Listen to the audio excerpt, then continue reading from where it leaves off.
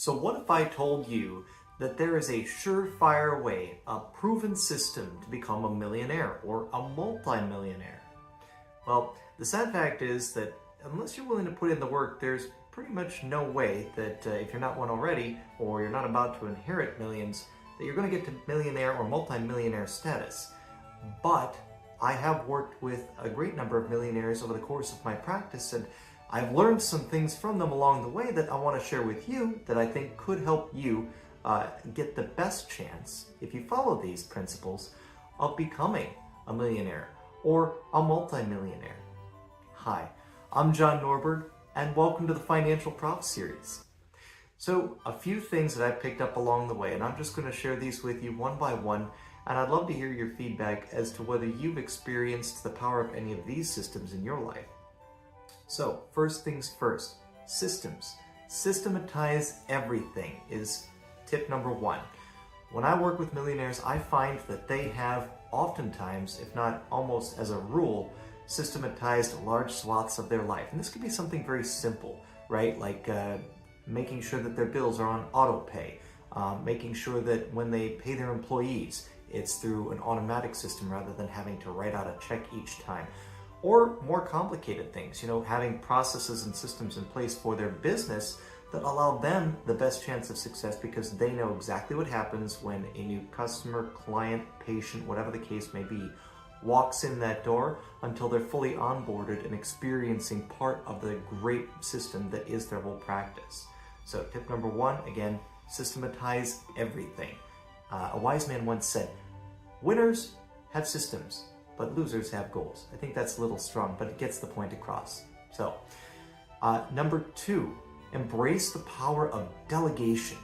If you're going to become a millionaire, you could probably do so in today's day and age, thanks in part to market growth and thanks in part to inflation, through just disciplined saving. And there's nothing to laugh at about disciplined saving. It's probably the foundational aspect of why a lot of people got to where they are today. But in order to achieve that next step, that next level of growth, there's only so much that we as individuals can do. It really takes a team approach in being able to have more than just our own potential actualized. So what does that look like? Well, if you're a business owner, eventually you'll likely reach a point where you have to make a decision. Do I continue going solo or do I hire employees? And if you hire employees, then it becomes a who, not how situation. To paraphrase Dan Sullivan, right? Where we're looking for the perfect who rather than trying to figure out how we're going to do a certain thing, no matter what that thing might be. So embracing the power of delegation so that we can use our time in the best and highest form and fashion possible. Which comes now to point number three. This is to lean into your strengths. So all of us have areas of great strength, and all of us, being humans, have areas of weakness. And some of our weaknesses we have to deal with and just work at them as best we can. But in many areas of life, if we embrace our strengths, if we work with our strengths, that's where really our superpowers come out, where we can do great things. And all of us have slightly different ones. For me, for instance, I really enjoy getting to know people and helping them take steps on what that next goal might be. But it is a true joy for me to get to know who is that other person on the other side of the table. What is their family situation like? How can I help them get to where they want to be in life? So whatever your great strength or strengths are, lean into that.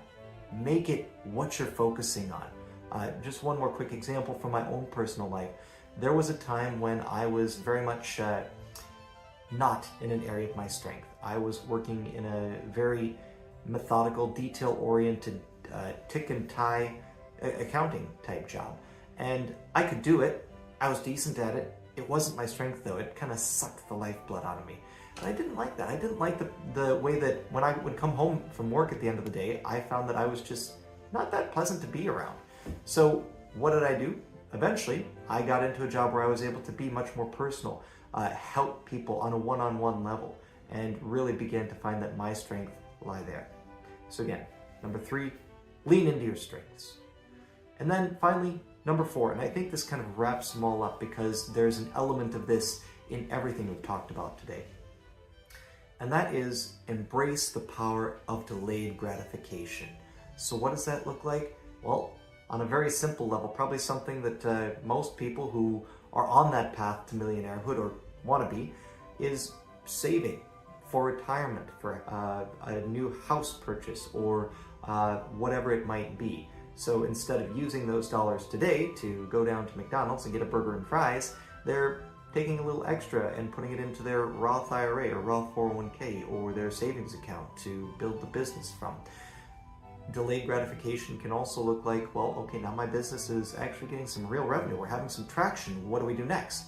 Well, again, instead of taking every spare penny that the business makes out and using it for that new Ferrari purchase that you've always wanted, or a Rolls Royce, or whatever the case may be, instead we're reinvesting in the business. We're maybe hiring that next employee, that next who's going to help us to get to the next level, or perhaps hiring an outside coach or consultant to help you identify where the systems are that need to be built out to help you get to that next level.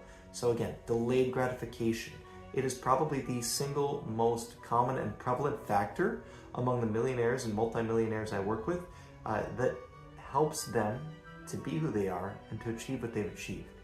So if this is something that you want to talk more about, or maybe you hear yourself in some of these things and you'd like a financial advisor who holds the hand along the way and takes care of that aspect of it, I'd love to hear from you. I'd love to find out what your goals are and how we might help. So drop us a line, give us a like and a subscribe here on YouTube, and in the meantime, I'll see you out there.